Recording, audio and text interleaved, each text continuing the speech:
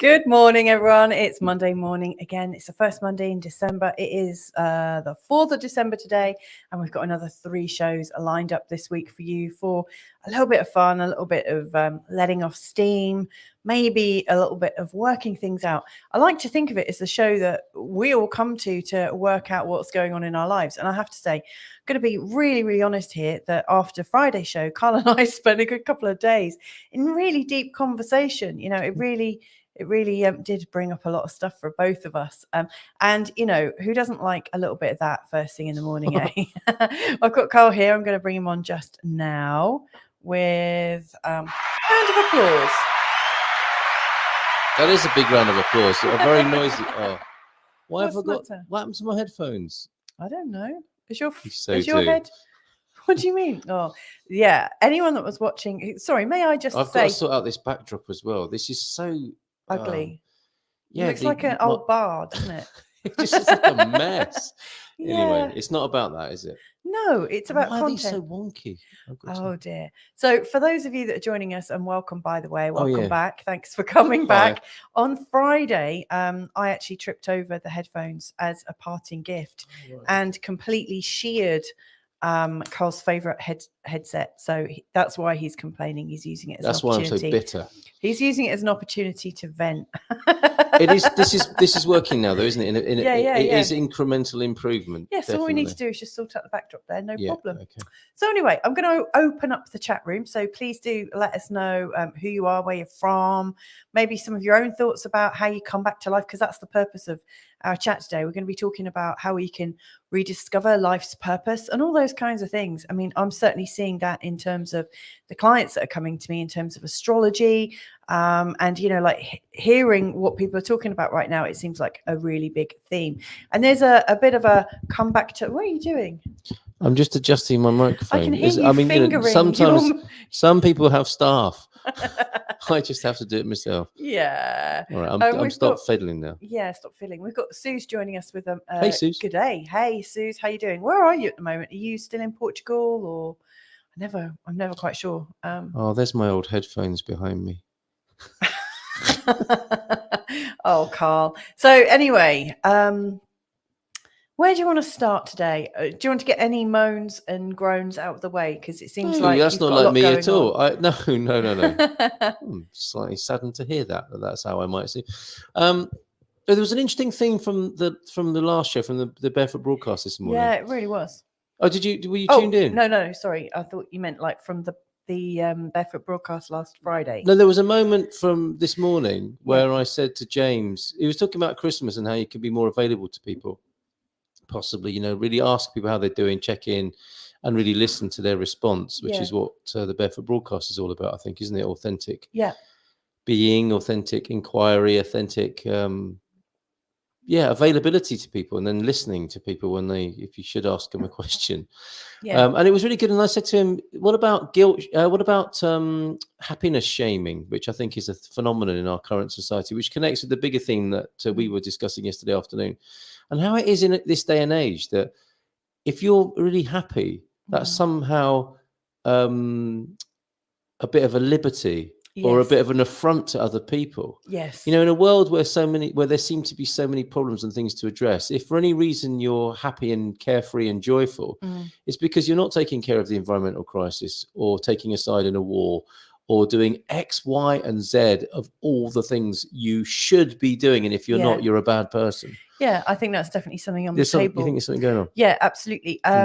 Would you mind welcoming people while I very carefully get off this chair? Why? What's up now? An adjustment. Well, I'm looking quite grey here. It's not a very. You need to turn the. I need to turn the plant lights off behind. Yeah. All right. 1 second. So I'm going to do this without destroying the.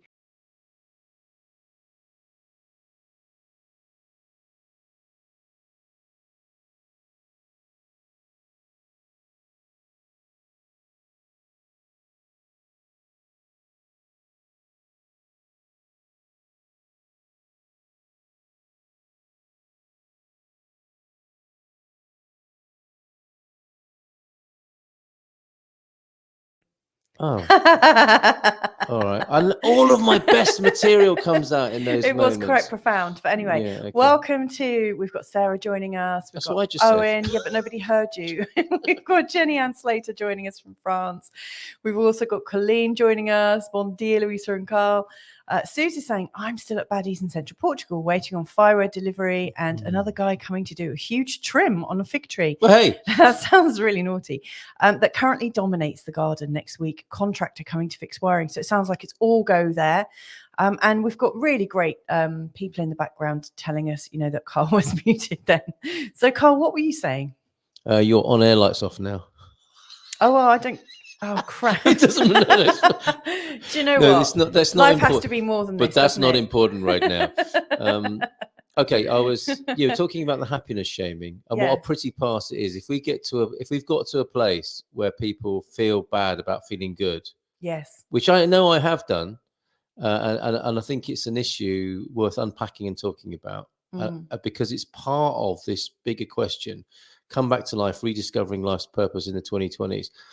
I mean, my original put it to you, lady of the jury, that my original question was, how far have we come from our original purpose as human beings? And the metaphor I suggested to you was that if you keep copying a cassette tape, you end up with a very, really hissy, poor. That was the promise of the digital age, wasn't it? Is that you could keep copying things, and actually I've realised that's not true. I've been making videos, digital videos, and using the old one as a template for the new one. Yeah. And the sound quality has degenerated. And to be fair, I've been doing it for 2 years, and it might be that this is like a lot. This is the loss over a very long time, but it's a loss nonetheless. And if you compare it to cassette times or video cassettes and audio cassettes where you kept copying, eventually it would just break up and you would lose bits of the original. And if you knew the original, you were okay. You could kind of do what a CD does, which is to make up the missing bits in your own mind and memory, or from your own memory. But I would put it to you that it's possible that human beings have been copied, as in I'm not going into the what's that called, the cloning thing, and whether some humans are humans and some others aren't. Let's go for the purposes of this conversation with human beings. I've got stuff to say about that. I do. And I'd rather you didn't. I'd rather you do that with a different guest other than me. Let's go for the purposes of this conversation that there is a thing called a human being, and as it's been reproduced over time through sexual reproduction, and it comes into the world as a human being and then gets conditioned. That is what I would say is like the recording process that causes it to lose some of the brilliance of its original state. And so I'm just wondering, I'm putting that question out there. Well, of course, in terms of, you're talking about sexual reproduction, aren't you? So there's obviously another person involved. So you're not really carbon I'm talking about psychologically and spiritually. I'm not talking about physically. Okay. We have the means to recreate ourselves physically. Yeah. And again, better or worse, genetics, all of that stuff. I'm not really talking about that. Let's take it for granted that we can reproduce ourselves, which we've done, 3 times over, haven't we? Yes. Why are you remembering some of those moments? Yeah. No. Right. No, okay. no, I'm just. So we have the delightful and delicious means by which to reproduce ourselves. Yes. The child is born. And then it comes into this world, and like I said before, they're like a blank cassette ready for us to imprint on them. Like exactly, to record like the top of the pops. Yeah, like this Gabor Mate thing I keep mentioning. If you want to study human nature in this society, it's like looking at a giraffe in a zoo. So those children are born into this society, this narrative, this dominant culture, and that's what I'm talking about. Is that bit whereby that phenomenon that they become, having been born as a tabula rasa, blank slate, original, fresh being, they come into this world and they get shaped in a certain way. And I'm saying the version that they become in this world is, I think, my sense of it is a far cry from our original, pristine, archetypal human selves. Okay. At the moment. And I'm not talking about eugenics. I really am not talking about the change of people physically, because I'm not actually that interested. We are what we are. We have that there's not a lot we can do about that once it's happened, but there is a lot about how we can re-see and revision ourselves, especially if the vision we currently have of ourselves has degenerated over generations and generations and decades and centuries and millennia. Okay, I need to just clarify what it is you're saying. I'm trying to work out, are you talking about the fact that, humans are being born, but the original vision of what a human is has been denigrated over decades or centuries? Or say that again? Are you saying that you think the original purpose for a human being has changed? Well, that's part of it. Or has it? I mean, obviously there's lots to consider. Is an idea.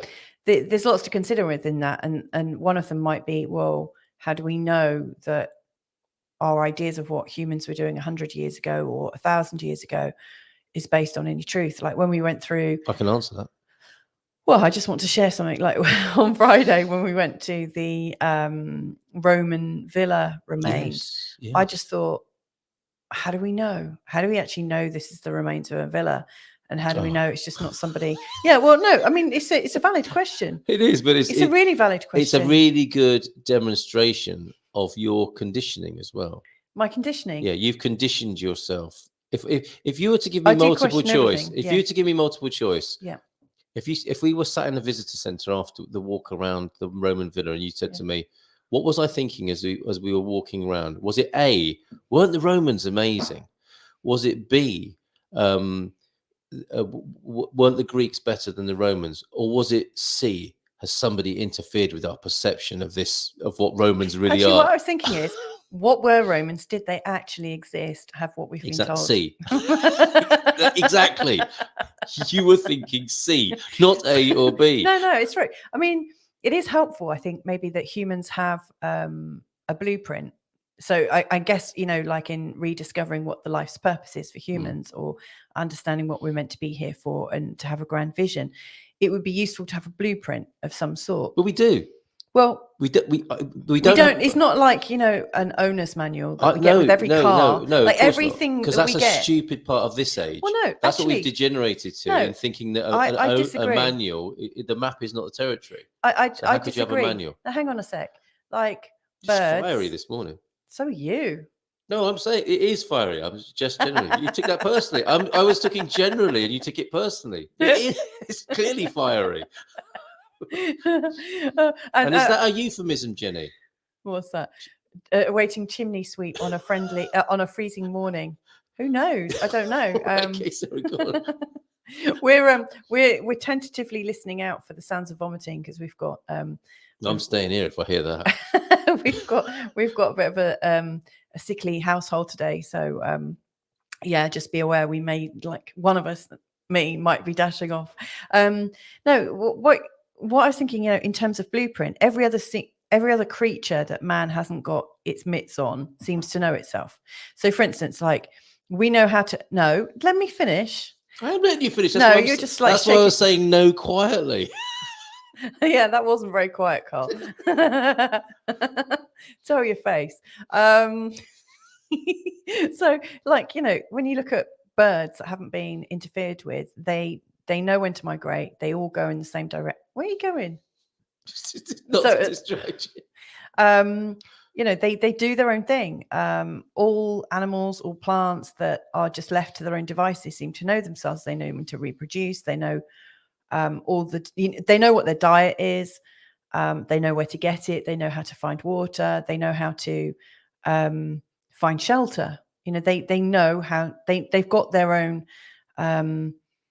manual, their user's manual, like we have with a car or with everything that we buy from a shop. It comes with a manual telling us how to flip and use it. Mm-hmm. And we're the only creatures here that it appears to me, and I might be wrong, and I'm sure Carla's got something to share about that, but we appear to be the only creatures that don't know what our real diet is, how to find water on our own without being assisted. All these big questions of how we know, like cats know to vomit, Not where, but they do know how to vomit. So there's all these sort of instinctual, there's all these instinctual things that animals seem to know that we don't seem to know. So that to me means we're off. That means to me that we don't have our like divine guidance package or whatever set up inside of us. Well, we don't do, have that and knowing. yeah. Or maybe some people do. I agree don't know. entirely with you, and I would say that is a good example and a subset of what I'm talking about. I think what you're talking about is absolutely right, and it's a small reflection of the grand perversion or degeneration of what we really are. And I don't mean those words in some kind of moralistic way. I just mean them literally. You know, things have been contorted, twisted, perverted, degenerated from the original. And that, yes, part of the conditioning of the society we've been born into for the last few hundred years absolutely has had us not know where to get water from and do crazy things like buy great big setups of plastic and tubing to filter water that, you know, my dog knows to go and, well, I mean, he's better at it than me. That's not to say he's not going to poison himself one day, because dogs do get poisoned all the time. But yeah, granted, they are more in touch with their instincts than we have become that we've been conditioned to become uninstinctive. No question. And it is absolutely a part of what I'm suggesting. Well, it's like wild animals. Okay, their lives might be shortened because of the fact that they're living wild, but they don't. It's reported again. I don't know But they're not obsessed with living a long time, are they? No, but hang on. You didn't even let me finish what I was saying. They're reported to not die of anything other than old age or being killed, whereas animals that are in our care or at us, you know, we die of all sorts of weird things. You know, we have our bodies doing all sorts of stuff. Almost like the symptoms that we have are adapting to the kind of lifestyle we have. So yeah, my comment about the Romans and, you know, did they actually exist or not is more, you know, the context of why I said that and why I think that is like, we don't seem to know who we are. We seem to have an instinctive amnesia. Now, I wonder if all those animals know what has happened in the history of their species. Or like, you know, they just seem to know stuff, but we don't appear to know it. So we need to be told. It's like we've got a collective amnesia and we need to be told who was here before us by 1,000 years, by people who we don't know. And so there's this whole body of evidence that we've based our life on. And I swallowed it hook, line and sinker. And it's much easier to live your life when you believe everything that you're told. For sure, much easier. And yet there's been several things that have happened in my life that have made me question that to the core. And so my big question now is, how do you build a life in a world that you don't believe in anymore? And that's my new purpose is like rediscovering my purpose from the perspective of, I don't know anything. And I'm curious to find out. Okay, so that I suppose we need to redefine the context of this situation. Are we talking about your particular journey with this? Because I'm very happy to talk about that. Or are we talking about more generally? No, I was just talking more generally. Right. Like when you, you know, I was just finalizing or finishing off on that point, you know, when you were laughing about the Romans and kind of as if, well, that's got nothing to do with this conversation. Actually, I think it has got a lot to do with our conversation because every other species appears to know itself intimately, that it doesn't have this flipping quest for life. Now, is it because we are a species that apparently is self-conscious? I don't know, but it appears that we're born lacking. Yeah, and in a world where everything else is born knowing, and that intrigues me. And I think that is, and I think that is part of the conversation. Like coming back to life is that rediscovering life's purpose from, I don't know, like understanding who we are. I'm happy for the conversation to go wherever it needs to go. Now we've got some comments coming in. So T-Duck says, I always know when to vomit. Yes, so does Solomon. And the cats. And the cats. And the dogs. Yeah, but I seem to get the where part wrong. Uh-oh. Talking of vomiting cats. Come here, you. And we've got Newbie Net saying the gift of free will. Sometimes it's great and sometimes it's awkward. Yes, you're right, it is. Our human path is different from the rest of the creatures on the planet, seemingly. I would agree there, Newbie Net. Thank you for joining us, because it must be the early hours of the morning for you, where you are. The ideal time to be pondering such issues, you might say as well, the early hours. Right. Come back to life, rediscovering life's purpose. I do think we have gone off course. Yeah. And I don't think that's a bad thing. It just seems to be the case.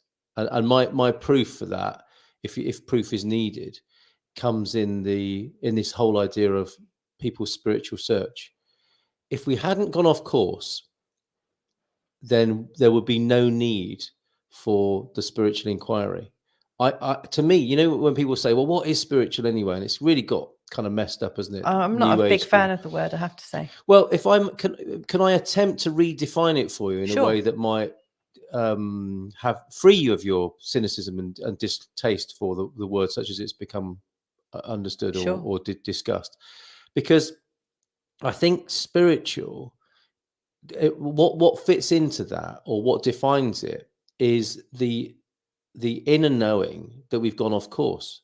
Something isn't quite right here. I have a longing to understand, or to be free, or to be fulfilled, or something other than what's going on. And to me, that's what the spiritual inquiry is. That is what the spiritual journey is, to find out what that might be. Yeah, that sort of the coming quest. Back to life, if you like. Yeah. And that's what I think, that's why I use that phrase, coming back to life, because what I see as this degradation of human awareness, consciousness, or focus. Yes, it's a matter of focus, really, isn't it? It's where are humans putting their attention?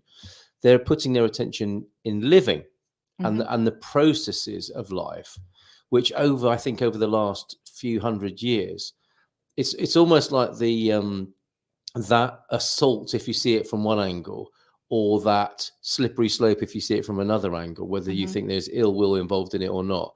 The result is the same.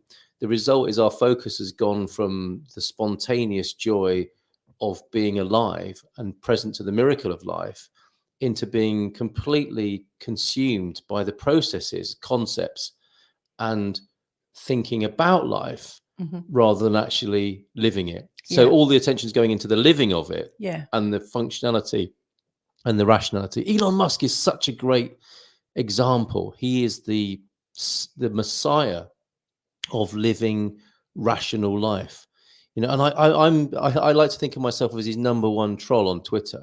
He comes out with all these things where like millions of people say, yay, tell Disney to go screw themselves and stuff like that. And I'm thinking, big deal. So what, Elon Musk? If he's the greatest mind available to us on the planet at the moment, God help us, quite frankly. Why? Because he's so rational. Exactly. He is a savior and a messiah to all the other people who think like that, and they're all going to get us killed because he's the rational savior. He seems to be better than people who fight each other with sticks and stones because he's got electric cars and wants to go start another civilization somewhere else, or be a bi-cosmic, wouldn't it be great in my lifetime? I think he says something like, wouldn't it be wonderful if we were a dual solar system species? Why, Elon? Why? How about you? But isn't that his search for meaning? It possibly is. Yeah. No question. But his search for meaning takes place within his worldview, like it does for all of us. Yeah. So it's limited. And that's why I say God help us, because we have some great guru hero held aloft and funded by his own wealth. He creates the platforms on which he's telling people he's so great and which other people are telling him he's great within. And I've not got a problem with that, by the way. Like, good luck to him on one level, and God help us all if he's a supreme example of humanness right now, because we are so screwed if that's the case. I wonder, when you're talking about his level of rationality, I always think that the rational and the believing, it's a spectrum that meets in the middle on the other side, because I always think, the higher self and spirit, like science and spirituality, they meet in the middle. And so I think that level of rationality could actually be a spiritual practice, like his non-attachment, his curiosity into like his experiments about life and living appear to be pushing the boundaries on what it is to have a beautiful life. I think he's exploring things. Now, it's not necessarily my cup of tea, but I don't necessarily have the same abhorrence of him. I can get over it very quickly, believe me. Yeah, I see it as a. I just use him as an example. I think you're quite curious. I see him as an example, and by the way, I don't think that science and spirituality are on a continuum. You don't? Not in the truest sense.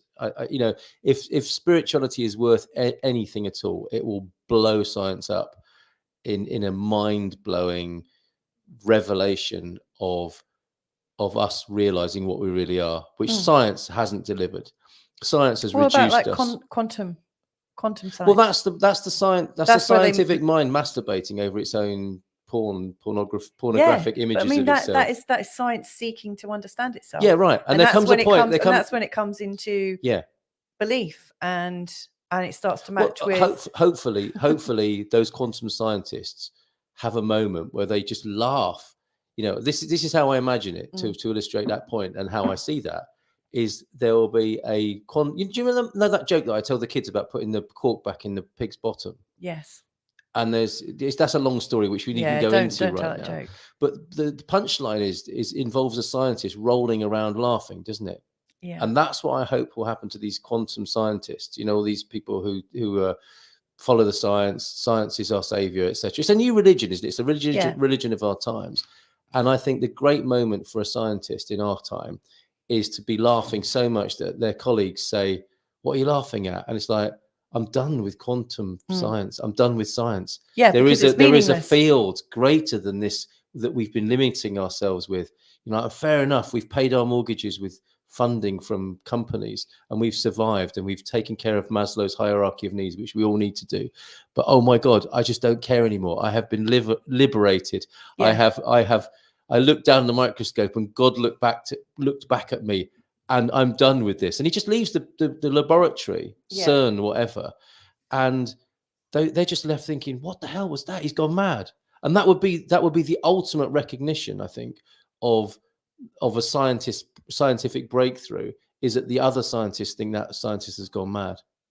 In a way that people might think of me right now. Well, yeah. I mean, I think anyone going through a breakthrough it's kind of in the language, isn't it? When you have a realization about something and you're at that point of breakthrough, it's like breakdown as well. Absolutely. Everything breaks apart, like the fabric of your understanding of life. It crumbles before your very eyes. Especially in this time, in a world built of concepts, and a prison built of concepts and rationalizations. So what we're, and I think that isn't necessarily just about science. It's about people who grew up with a religion, a practiced religion, or people who follow spiritual practices. There's these moments, and actually I think there are people that say it's actually when you get to the meaninglessness of everything that everything falls away. So I wonder how many people right now around the world, or maybe listening, or how many people are actually starting to wonder, what's the meaning of this? I have to say I've felt that life has been quite meaningless my whole life, and that's really probably what got me into studying the planets, which I, by the way, don't believe in. I mean that's quite a concept, isn't it? Being an astrologer and believing in the work that I do from a position that I don't believe that the planets exist, because I don't actually know for sure. How can I believe in something I have no direct experience of? Well, yes, all you've got is belief. Yeah, if you haven't, and I don't want to do it from that perspective, So, and that's a whole other conversation. It's a wonderful one, though, isn't it? Have you had that already on the Barefoot Broadcast? No. Yeah, okay. That is truly wonderful. But I got heckled. Well. I was and I'm guessing this guy who heckled me last week on somebody's show. So there was a December update for my friend Helen's channel, and it's there to be helpful to people, and it's there to I guess help create a community. So where people might feel a bit lonely, a bit on edge, they might want a bit of company, they might want to understand what's going on in December or whatever. But it's a place where people come to. It's a bit like a modern day pub, isn't it? You know, we all get together, we all have a natter. I mean, that's why we've got people watching us today. And I'd like to think we're all having a drink with you. You know, it might be coffee at this time of day, but you know, we're all meeting. We're meeting minds, and when people comment, it's great. You know, it's like we're having a conversation. And this guy showed up, and he was just heckling. First of all, he was like saying, "Well, the system of the zodiac you're using is wrong." And I know because I've observed it, but then wouldn't say how he was observing it. And he was clearly trying to just piss on our party. You know, he was trying to make everyone feel uncomfortable, not just me. He was trying to, I don't know. I wonder when people are trolling, if actually they're searching for meaning themselves. They're seeing a bit like you started the show saying happiness shaming. When he sees people actually enjoying something, he wants to go and destroy it for them because they don't like the way they're being happy. Well, that's right. Do you remember that intelligence test I posted up a long time ago? No. It was a picture of a Trump rally, and I framed it as an intelligence test. What do you see when you look at this picture? And it was a Trump rally, and people. It was. I mean, basically, the fact of it was there were people having a good time. Yeah, that was the fact of it, and.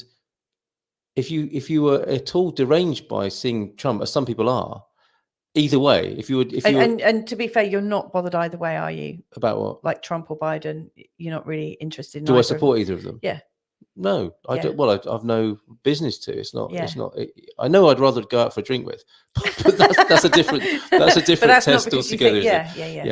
You know, it's if. And it's not just that, because, you know, immediately saying it activates people and triggers people. That's the age we're living in, isn't it? If you can't just see it as a picture of people enjoying themselves, something is going on that's to do with the big conversation we're having here. If you're getting triggered and activated, you are living in the world of I would call it the prison camp of the human mind, where you're just running up against walls and electric fences and guards, you know, just people guarding your... Don't think like that, think like this. You're saying that, you're looking in the mirror and saying, I shouldn't think like that, I should think like this. That's misery, isn't it? Yeah. That's miserable. And that's exactly what I'm talking about, what I think we've come to, and how important it is for us to, in some way, be free of that.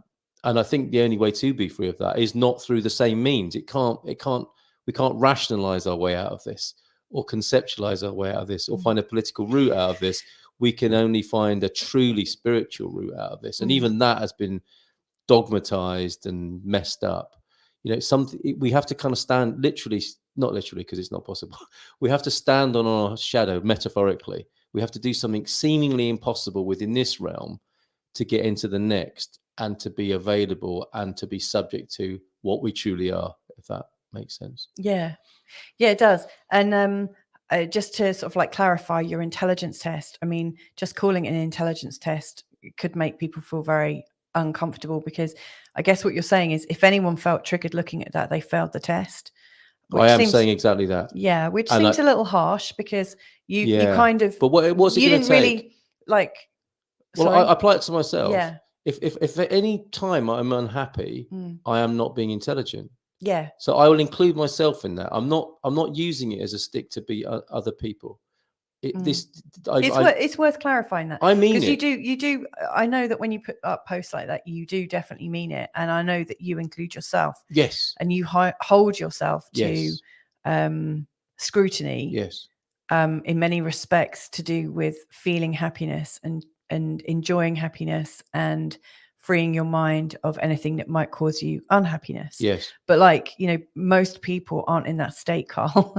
And most people don't understand what you mean when you're saying that. And I'm happy to explain. Yeah. Yeah. Always. And it also feels a little bit... Explain myself. Yeah, it feels important to do that, actually. Because okay, fair enough. It's almost like this is cruel. This is like I'm in your house, and you must. Well, I almost feel like it's an unkindness to point out where someone's... It's like stupid shaming people, trigger shaming people, like you're shaming people for having triggers, but they don't actually know that they've got them.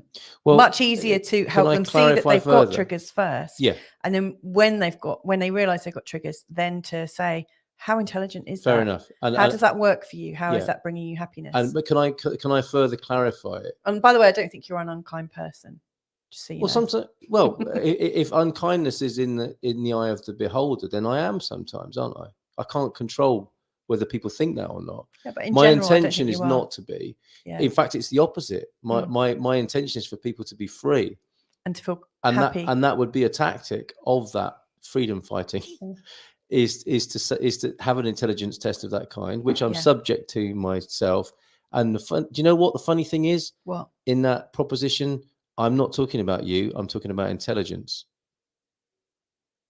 I didn't get what you meant. No. Okay, so if I do that, if I put any kind of picture up and say, here's an intelligence test, what happens to you when you look at this picture? I immediately think, hey, arsehole. Am I intelligent or not? No, I think, hey, arsehole, I didn't ask for this. This is completely. Oh, so you got triggered straight away? Yeah, I got triggered. Wow, and I'm your husband. Blimey, this is a great example of where we've got to in our culture, in our society. Anytime someone is telling me like to do something or think something, so you could be judged or rated. Where's that come from? Because I hate that. Where'd it come from? Well, I did well at school, but I hate that. I hate being kind of like that. There's an implication that we line up and get assessed and graded. I think immediately. That's why I said this is about intelligence, not about you. Immediately, I think, fuck you. Yeah, I know you do. And that's a great example of like what happened to us. Is that an instinct? Is that a conditioned response? What would your if you were the most what would your most instinctual self respond to that question? Well, now I'm realizing that it's something that might be going on for me. Oh crikey, this cat's about to lacerate my knee again as she jumps up. She's a little Zen master, isn't she? Teaching mindfulness to me. Now I realize that, like, consciously realize that when I see these like ratings and tests, and when I realize that I've got the choice as to whether I engage in them or not, that's the big thing. Because like there's a part of me that is really people pleasing, but also very compliant. And so when somebody says, hang on, you need to find out where you are on this scale, immediately I think I've got to do it, even though I really don't want to do it. That's what I'm talking about. So I need to know that there's a choice. And it's not you guys that need to communicate that I have a choice. It's me that I need to hold in my heart that I always have a choice as to what I engage in. Yeah. But that's not taught from childhood.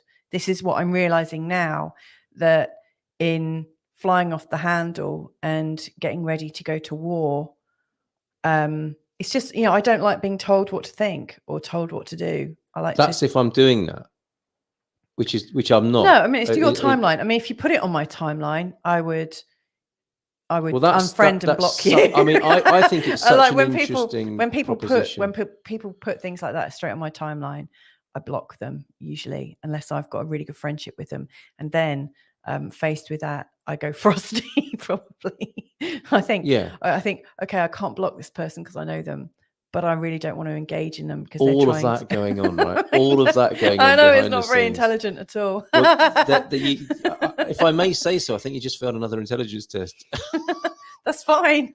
And which I do as well. Which I do. Yeah, you totally do. Let me just share a few things. What do you mean by that? And by that, I feel like I should be insulted, and I haven't heard enough information upon which to become insulted. Check you out, right?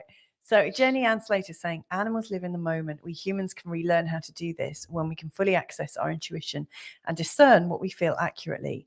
As humans, we have lots of unlearning to master. In fact, you're right there, Jenny. I was at a beer festival on Saturday night, and I felt like I was coerced into something. And it sounds like it's really like, I don't want to reveal what I felt coerced into, but and that makes it sound so really bad. It sounds really bad. It's not at all. It was literally about a decision about how I spend my time and how I was going to organize myself. And I realized I didn't feel very comfortable, but I went along with the suggestions in the moment because I didn't know how to like, I didn't have the presence of mind to know that I needed to go off on my own for a minute, feel into, why doesn't this feel right? You know, some people are able to put up a boundary really quickly, or to have the right comeback. They know what to say in that moment. I'm not one of those people, or I haven't been up until now, and I'm giving myself the choice to do that. So for instance, you know, like if someone's had a go at me, if someone's leveled accusations at me, I kind of go into like a freeze or a compliance, and I never know quite what's going on, but sometimes I get this feeling that something's not quite right. The next morning I woke up and I realized something wasn't quite right, and when I tuned into it, I just realized that I've been coerced to do something that I'd already decided previously I didn't want to do, and in the moment I'd forgotten that. And so, you know, when I thought about it and was able to be intelligent about it, I then went back to the person and said, no, this isn't going to work for me. But there's lots of decisions that happen like that all day long. And what you're saying here, Jenny, if I wake up my mouse, you're saying as humans, we have lots of unlearning to master. So I've learned somewhere along the line that when someone gives a sort of quite dominant instruction, that I go along with it, even if it's really not for me. And one thing I've got to learn is how to really know what is for me and what's mine in the moment. And I think if you can't do that, you end up collecting a lot of baggage along the way, because you end up doing loads of things you don't want to do. You end up thinking lots of things you don't want to do. So I think this show, if anything, is a collection of ideas on how we can unprogram ourselves if we're that kind of person that's easily impressed upon. I'm sure the people that watch this suffer a similar thing. And what you've just described is a microcosm of what I'm suggesting has happened over decades, centuries, and millennia. Yeah, that's the personal level of all of these impositions of conditioning and rationality that have been taking place for humanity for forever. In our living memory, certainly. And I do also recognize that I'm able to make much better decisions when I'm on my own, when I'm in nature, when I'm doing my own thing, when I'm not bothered. I realize I've come out of my decision-making process so much more since I've had children. It's only like in a matter of absolute safety that like the person that can react in a nanosecond really wakes up. But a lot of the time I'm feeling quite confused. If there's lots of stimulation around me, if there's lots of noise, lots of movement, lots of color, and obviously I was at a beer festival, so I found it very basically difficult. It's a hellhole, isn't it? Yeah, I don't really like going to big public places. And like as we passed to go to the beer festival, we realized there was a much bigger craft and Christmas fair going on in Obidosh, and there were crowds of people queuing to go in, and I just thought, there's no way you catch me there. Now, over time, what I find so fascinating, but some people feed off that kind of energy. Some people love being in the moment. Well, we don't know, do we? And if Sarah's still here, she would probably say that's got something to do with our human design type. And if I was looking at their astrology, I could probably say, oh, well, you know, they've got water moon signs. They're probably not really one for a big old event with people they don't know. Well, can I give my opinion on that? Sure. Because I think these things are adaptive responses.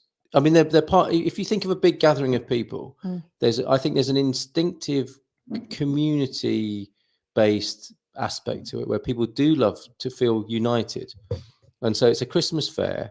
Lots of people are coming together. Yeah. And there's this kind of double-edged sword of like, it's so communal and lovely. Everyone's coming together, and then it's also commercial and conditioned and cultural, which people more or less like or don't like. Yeah. So there's this kind of bittersweet thing about festivals, isn't there, and gatherings, and they also have a lot of them is to do with obfuscation or confusion or drink and drugs and state altering behaviors. Yeah. That you could argue, some of which are to clear the path to consciousness, and some of them are definitely not. Some of them are to distract you. Yeah. So if for example, you're feeling very anxious going to a gathering and you have a drink as soon as you arrive at the gathering, you adapt to the gathering, don't you, immediately using alcohol. Yeah. And then you might feed yourself as well, and then you might dance and put yourself in an altered state. I just find that all so fascinating. You know, there's nothing wrong. I'm not saying there's anything right or wrong with it. I just think it's a fascinating thing to observe and understand what is truly going on in that. And the people who struggle with that a little bit, I think are onto something. And but then there's another discussion. Is like, are they onto something because they have some sort of dysfunctional pattern that is triggered by those situations, or are they, in what we, going back to what I said before about spirituality and the spiritual, are they seeing this for what it is and thinking to themselves, this is no longer for me. I was brought up to believe in the festival. And all the, I saw how my parents adapted to these situations. I copied them to find my own safety here. And still there's this stone in my shoe that tells me I don't really want to be here. And I might be being here like That's how I felt every day at school. Yeah. Well, yeah, same here. And that is worth examining, isn't it? And that to me is the spiritual child at school, the one who questions what it's about and why they're there. That is the spiritual journey. It's not about robes and incense and all those sorts of things. That is a spiritual inquiry.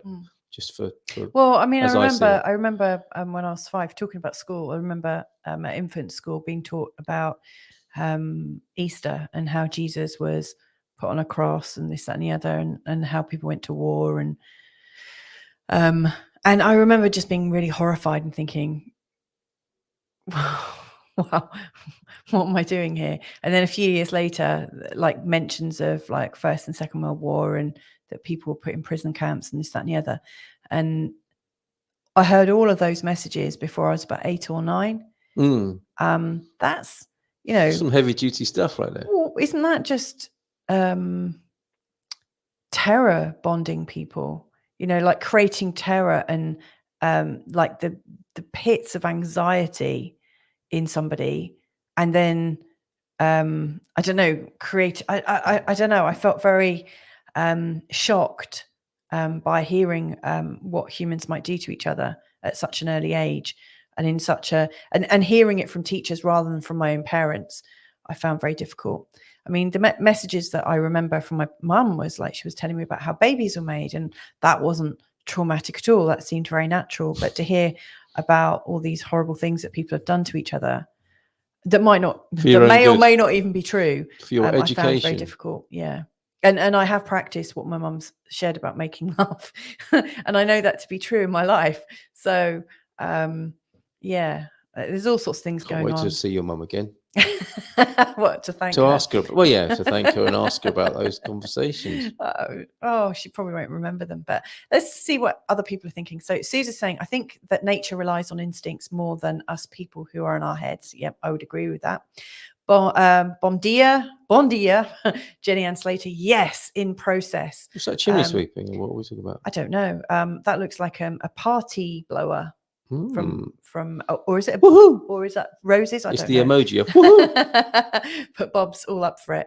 And Jenny's saying, I'm with you, Louisa. I'm so triggered by that, because that suggests that Jenny is not with me anymore. You've been saying, join us in the clan of women over 50. We more How easily can I do that? Okay, again, it's non-inclusive to you, isn't it? Right, really triggered again. 2 comments. 2 comments of triggering. Keep going, everybody. We've got Squire of the Shires after. Okay. So Nubinet is saying, join us in the clan of women over 50. Well, I'm 49 at the end of this month, so I'll be with you real soon. We more easily tell people no and no thank you. It's practice over time. I agree that I'm getting crankier, and not that means you're crankier, but more honest. Sarah's got a lovely story about an auntie of hers and how she sweetly says no. And I'm practicing in my head how to do that. Squire of the Shires is saying, I think humanity like a bright shining diamond of consciousness with many facets, each unique in reflection and expression, color and vibration. Squire of the Shires, that's so beautiful. Thank you so much. That's really lovely. I might come back. I'm going to put a star on that, and we'll come back to that right at the end. And Bob's saying, I have to be in the right mood to do that big crowd thing, but I'm usually glad I went once there. Oh, that's Viv. Yeah. Yeah, I rarely say that, actually. I normally come back and take my shoes off and collapse.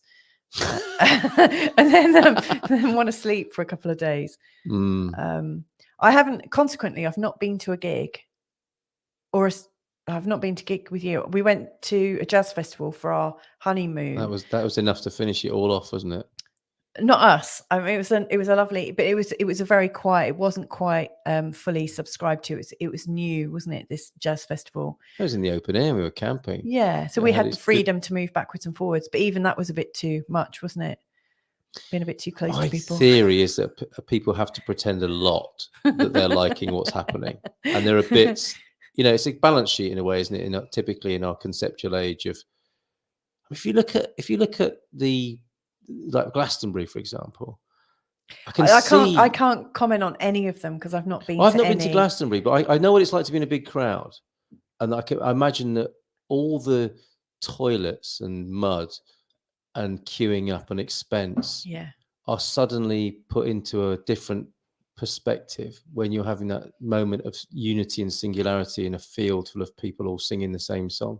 I imagine that is really beautiful. And you've conditioned yourself to love the stars in front of you on the stage, and when thousands of people are doing that around you, that must be so beautiful and make all of the other nonsense worthwhile. The travel, the expense, the sleeping in a tent that you just casually leave behind as you run away from the campsite at your soonest opportunity when all that's done.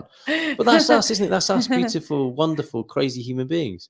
And the interesting thing for me is that's also connected to what we're talking about, because if we were more connected momentarily to our joy and the Godhead, or whatever you want to call it, a true consciousness and purity, we probably wouldn't have to do all those things, would we? We might be doing them more in our episodic. Yeah, it would be more of a steady stream, wouldn't it? Instead of an episode, like instead of the peaks and troughs. You were always invited to engage with, like, I'm thinking of it as almost like a stream.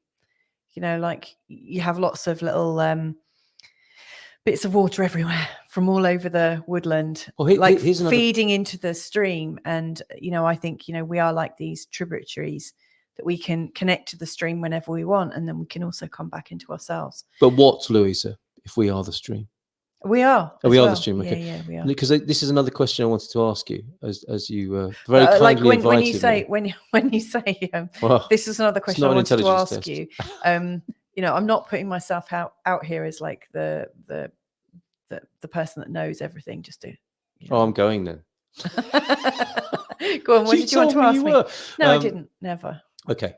Okay. So to connect with that point of the peaks and troughs of peak, we call them peak experiences. Yeah. In our time, they've become called peak experiences, and they're not called experience. Or flow states. Yeah, they're not called experience or being anymore, are they? They are peak. You have to do a lot of work to bring that about. Of like Jenny says, unlearning, or actually going specifically to create a situation in which you might courtship's an example, sexual gratification, and the massive processes people go through to have that happen are hilarious, aren't they? And that and many other peak states. And so my question that I was thinking of earlier on was, if I think of some of the sort of peak states or states of beauty that I have in my life, why is it that I am not experiencing that all the time? And all I've ever heard all my life from people about to answer that question so far, and I'm not happy with these answers, folks, by the way, is if you didn't have the lows, you wouldn't know what a high was. And like, I don't buy that for one moment. I see some truth in that. And I also recognize that when we judge every experience we have as either peak or not peak, that's part of the problem. Yes. Like, surely animals, they have great moments and they have moments that are less than great. Like our cat that's just scratched my legs a couple of times, she's now just minding her own business, sleeping on a beanbag. And she's not posting on Facebook, yay, I've just found a beanbag that I can sleep on. Check me out, selfie on the beanbag. Look at me living the dream. But like about an hour ago, I heard a bit of a cat fight outside our house. And so they seem to have these experiences, and they're in their experience in that moment. And then the moment that experience ends, they seem to forget it. Or shake it off, like how dogs, they give themselves a full old shake, don't they? And kids, they shake and spin and twist and turn the moment they've had anything going on. They are in their moment and they kind of get it out of their system. And I think we're out of practice with that. And so maybe because we can't let go of things, we judge things as good and bad, so that we know what we want to happen and know what we want to avoid. Whereas one thing that I learned earlier this year from listening to one of those Access Consciousness podcasts with Dr. Dane here, don't know if he is a doctor or not. Oh, he's an osteopath, isn't he? But chiropractor. Oh, chiropractor. Okay. But anyway, he sorry, that's actually quite irrelevant to what I'm about to share. But he said, we all want to earn more money, or we all want to receive more, and be in that flow state where things can flow into us. But if we're judging everything as, I want this, but I don't want that, I want this, I don't want that, you are opening the gates to receive stuff, and you're closing the gates at the same time. And of course, that doesn't create a very good flow state. I think what goes on with animals and plants is that they are just in the beingness of the moment. And so they're not letting go of it. They're not saying, no way, you can't do this. They are absolutely allowing in every experience and just trusting that they can do it. They're probably not even trusting, they just do it. They're in that being state and they do what needs to be done in that moment. Whereas for us, we're judging everything. I realized for ages I've been slightly hiding, so it's kind of paradoxical, isn't it, that I've got 2 YouTube channels and I don't earn money from them, but they are, like, one of them in particular, like this one is for fun. My Feel Good Astrology one is for fun. I love doing it, but it's also like a shop window and it helps to get my name out there. But I'm not directly earning money from it. But even so, I would like it to be seen. I'd love it to be seen. This channel is more, well, if people want to watch things, they can. They're welcome to. It's something I do for fun. But for someone that wants to be seen, I also spend a lot of my time thinking about not being seen. The way we live our life is slightly different to everybody else's narrative, and I felt a little bit awkward about that because I've not known how to express, why we do things. I often get questioned by people when they find out about our children and how we may be educating them or not educating them by other people's standards. And I find that conversation really, really sticky. And so I spend a lot of my time thinking, I don't want to be seen, and at the same time wanting to be seen. And of course, that's going to affect the overall quality of being seen.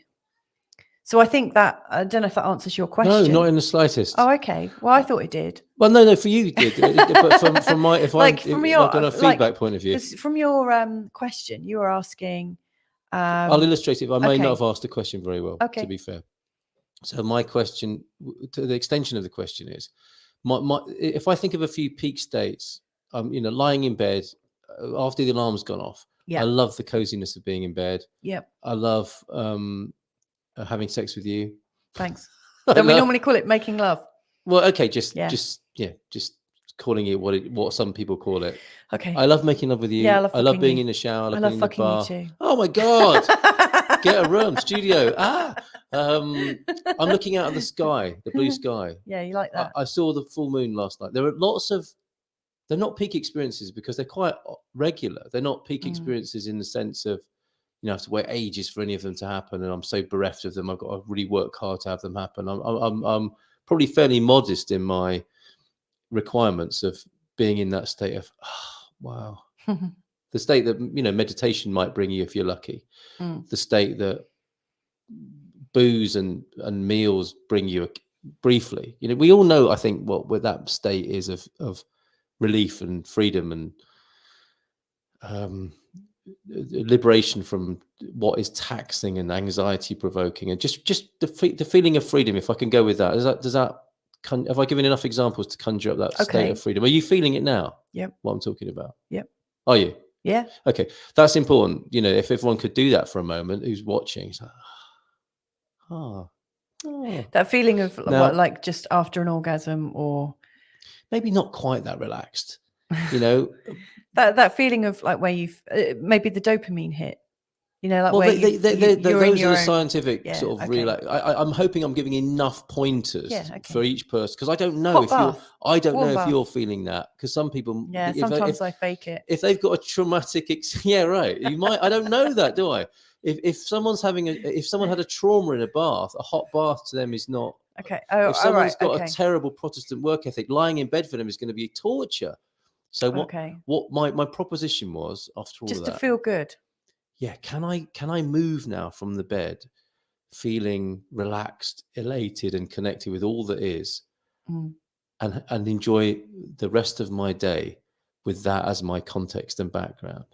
Now, if you've been brought up in the last 200 years, everything goes against that, doesn't it? Yeah. You are not meant to be enjoying yourself every moment of the bloody day like that. That's what the snooze button is for. That's what the hot bath is for. We're only allowed to do that at certain times. So yes, work hard, get on a dating site, find yourself a partner, have sex, and feel like that for a few moments afterwards until the anxiety of all of that sets in.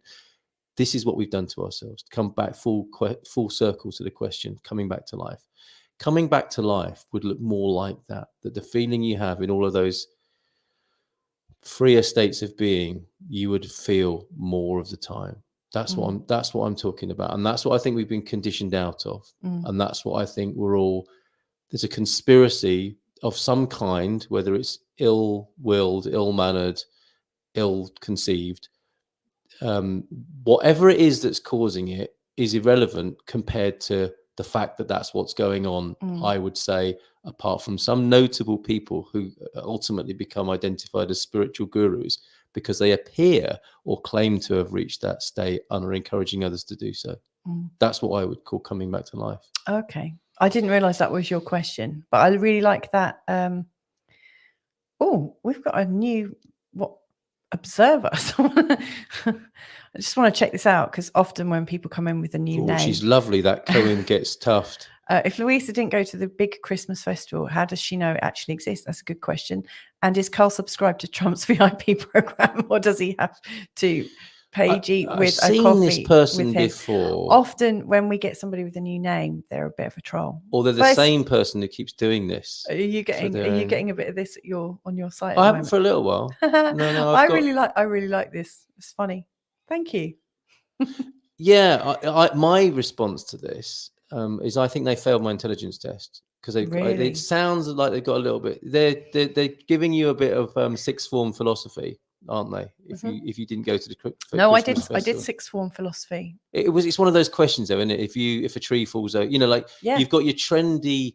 You've got your corduroy jacketed philosophy student who's just become a teacher, and he's keen to impress in philosophy, isn't he? With his A-level students. Actually, my philosophy teacher did look like that. And the girls who love him or don't. If it's a dusty old one or a young, okay, let's go with the young fella. I dated him. Right? Yeah, okay. Let's say that one is doing philosophy or has to dep that day for the philosophy or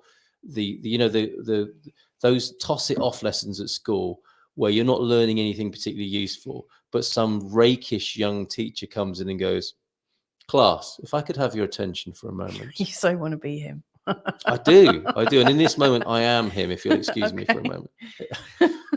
Class, I just itch my beard for effect. If a tree, because the kids haven't heard this before, this old cliche, have they? No. If a tree falls over in the woods, and there's no one there to hear it or see it, has it really happened?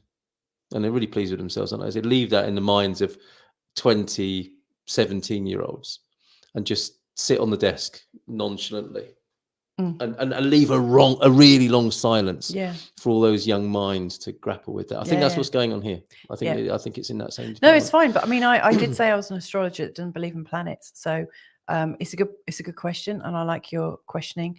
You won't be triggered on that point, will you? This person is going to have to try harder. Because I just think this person's thrown it in for a bit of fun. Yeah, I think bit of shit and giggles. If we do a bit of troll feedback here, you're going to have to try harder. Don't encourage them. No, okay, but I'm going to go I'm going to rate it. All right. Okay, well, rate 5 my out troll. of 10. Somebody who's gone to the bother of setting up a YouTube channel. You've got my number. I've told you this before. If it's the same person, WhatsApp. If you really want to speak to me, it probably is the person that's been your troll because they know how to spell my name. I've seen Cohen get stuffed before. It's a wordplay one. Yeah. And you've got my number, 91. If you haven't, it's 913-590-303. If you've truly got a beef or something you want to talk about, you've got my number. You don't have to make up names. I mean, I could understand it if we were a different platform and you'd have to make up a name so you didn't want to embarrass yourself or whatever. But you don't have to do that with us, because we don't give people a hard time, do we? For not really, no. being themselves. So you can be yourself. That's the first thing. And then as an anonymous trolley type comment, what do we think? It's a great photo. 4 out of 10. I could try harder. That photo's been chosen specifically to get attention. Yeah. And then I think they were a little bit triggered by my Trump. I think they were, yeah. The intelligence testing. Yeah. Well, that's why I say you shouldn't do it, or you should put some context. Well, that's around karma it. then, isn't it? Yep. That's karma. I do that, and then I get a bit of troll blowback within minutes. Newbinet's saying, I went to WOMAD Festival and there was about 150,000 people. I was surprised. I loved it. I get energized by that. But I think there were more people with my intent of enjoying the experience. Yeah, that sounds really lovely. I wasn't knocking it, really. We know quite a few people that go to WOMAD and they love it. Yeah. I'm guessing, and actually, I have been to a festival like about 13 years ago. Before I met Carl, I went to the Spirit Festival in Bali, and that was packed with people. But because people were all pretty chill and eating soybeans and whatnot, it felt really calm. No, it was all very good. It smelled of patchouli. Susie's saying, I don't care for crowds. I loved big city living when young. Now only miss amenities of big cities. So good for a day trip only. Yeah, I feel like that. I love a trip to a city, but very much in and out. And we usually go Monday to Friday. We avoid holidays and things like that. And Carl is saying, I get you, Carl. Namaste, Bob. Bliss can continue. Well, it's we've been going at this for quite a while. And I think it's an ongoing conversation, like so many of our shows. There are no answers, and this is you like that. I'm just feeling my bliss. Just like Bob said. I mean, there's no point talking about it if you're not going to do it, is there? Yeah. I'm there. Okay. That's my end. Well, that's rational thinking, isn't it? My end result, but my continued practice, what I would see as a delight and a joy, would be to be able to be in any circumstance in my life and remain connected with the bliss state that you're talking about. And that's as sort of awful as that might sound. It does. I mean, I will share one thing. Self-indulgent? No, two things. Right. Right. I mean, like in previous relationships, I think people have, like your exes, have found it quite difficult when. How do you know? They might not have existed. You weren't there. No, I've met them. I was though. I have met them. Oh yeah. And like you described, like joining the School of Philosophy and then chasing what's his name? Percy Thrower around the world. Barry Long. Percy Thrower? I didn't know his name in that moment, okay? I just had to think of any old name. A kind old gentleman. Yeah, there you go. So like you've had this quest for bliss or spiritual calm in all of your big relationships. Just anyway. Okay, anyway. And then it's like it obviously becomes evident in a relationship, doesn't it? Yeah, that's another good topic for a show, isn't it? What to do when you're married to a spiritual wanker. Yeah, that was going to be my second point, and that. and that's all we've got time for. I wasn't going to put it quite like that, but because I mean, I understand your desire for peace and bliss and stuff, and that you'd be stupid to worry about things when they go wrong. And, my only comment is, if you form a relationship and participate in a relationship, there are ups and downs. And sometimes those ups and downs might take you out of your bliss state, in terms of discussing things and working things out. Okay, well, so I think that's. Am I allowed to come back on that? Yeah. Then what is your compass in relationship, if not the bliss state? I mean, my idea of a happy marriage, and we had this talk yesterday. Yeah, my idea of happy marriage, and quite often, is that if there is a worldly aspect to it of managing life together, But over and above all of that must be the two-headed approach to being in mutual bliss for as much of that relationship as possible. Yeah. Now, again, you'll have people conditioned as they are by the stupidity of this world who'll say, well, that's just a completely unreasonable expectation to put on life is tough and hard and marriage isn't supposed to be fun. It's not sometimes. And because it isn't sometimes doesn't mean, that's showing you where you've gone wrong as far as I'm concerned, showing you. But earlier you you were asking about like the ups and downs, or that's how I interpreted your question. And, you were saying, well, I really, doesn't it wind you up when people are saying, well, if you didn't have the ups, you wouldn't have the downs. And then you just kind of saying, well, that is how it is in marriage as well.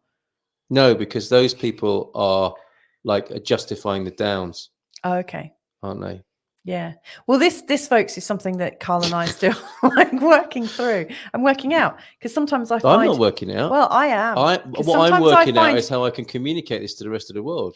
Well, what would be really great? No inner confusion what about would be it. really great is if you could communicate it with your wife in such a way that Is that not what this is? Invited me into the conversation, rather than like put me a bit like, how I said, when you were talking about the intelligence test. Yeah. Like if you are getting triggered, then why, like you might choose to ask yourself why.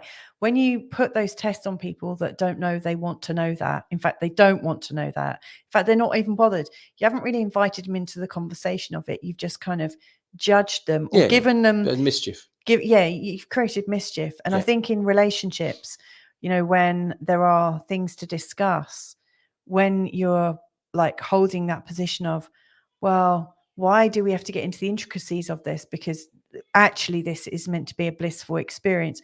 Only a stupid person or partner or a crap marriage would have these ups and downs and not be able to see beyond it.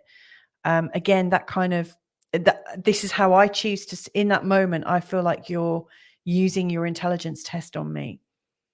Yeah. And it sounds. Oh, is that like gaslighting? Well, it's a bit like gaslighting. Spiritual gaslighting. Yeah, it's a bit like spiritual gaslighting and or bypassing. Yeah, and I honestly don't know what to do about that.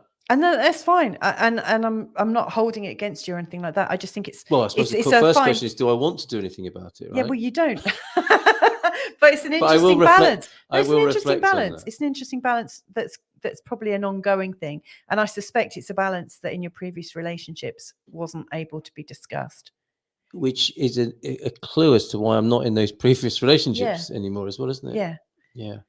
We've got an interesting we've got Steph Wilson joining us saying, interesting chat this morning. When you talk about staying connected, sometimes it's aligned with remaining energetically disconnected with whatever or whoever the tormentor is. That's an interesting perspective. And thank you for observing that. It's interesting because there have been moments of talking about not disconnection, but maybe staying apart from things. I hadn't really seen it like that. For instance, like when I'm not at a big crowd, I actually feel more connected. You know how some people talk about being alone versus lonely? I don't know if that's sort of playing into this, Steph, at all, but I use my old relationship. I actually felt more lonely and disconnected when I was in a bad relationship than actually when I'm on my own. So sometimes I find I know myself more because I feel more connected when I'm able to feel the nature or feel stuff around me rather than the kind of icy feelings of being in a disconnected relationship, if that makes sense. I don't know if it does or not, but really, really good observation. And thank you for commenting. Newbie, I enjoy this sort of conversation. Awkward yet sweet. I want that on my tombstone. Yeah, it's funny. We do awkward yet he was awkward yet sweet. Ultimately, yeah. I think that's actually quite fitting. A description of me, awkward. What is that in Latin? Actually, it sounds even better in Latin.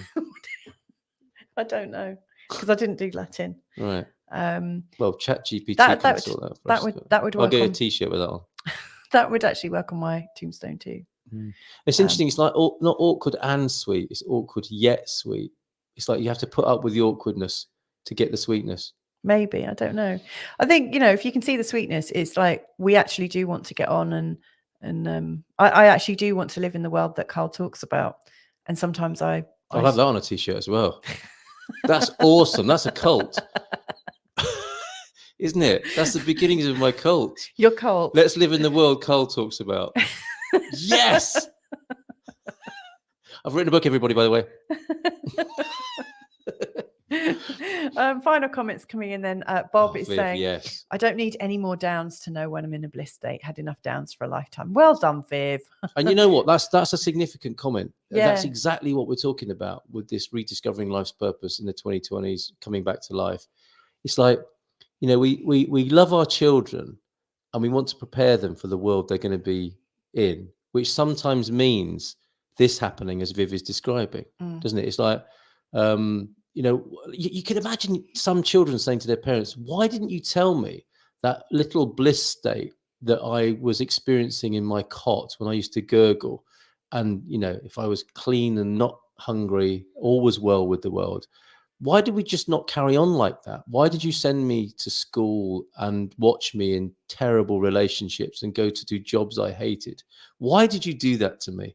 It's because we loved you. Because we wanted you to show you what the world is really like.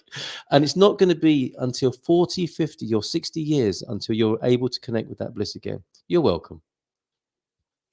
Well, Bad parenting. I'm hoping our kids can, not have to spend half their life trying to figure it out. But isn't it a good example of what we're talking about here? That arc exists at all. I mean, that is my, if this were a court case, that would be my final slamming down of my evidence in front of the jury. Ladies and gentlemen, the jury, I present to you 40 or 50 years of misery that you all go through in this living life, such that you can be reconnected with the birthright of your own bliss that you experienced as an infant. Silence in the courtroom. You so want to do that, actually, don't you? Right. Okay. I'm going to cut you off now. Goodbye. We actually need to get on with our day and nurse our slightly sickly children today and just make them feel a bit better. So they need to know what the world's really like. So thank you so much for joining us today. Squire of the Shies is saying thank you, Carl and Louisa. Bob saying, I get you, Carl. Bliss continues. And I want to leave you on this point that I said I'll come back to from Squire of the Shies. I think humanity is like a bright shining diamond of consciousness with many facets, each unique in reflection and expression and color and vibration. So thank you so much for joining us wherever you are in the world right now. And I will now sing Rhiannon's Shine Bright Like a Diamond. Don't you dare. My version of it. Don't you dare. Have a great day and speak to you real soon. Bye for now. She's Rihanna, isn't she? Not Rhiannon. I don't know. Is she Welsh? Shut up.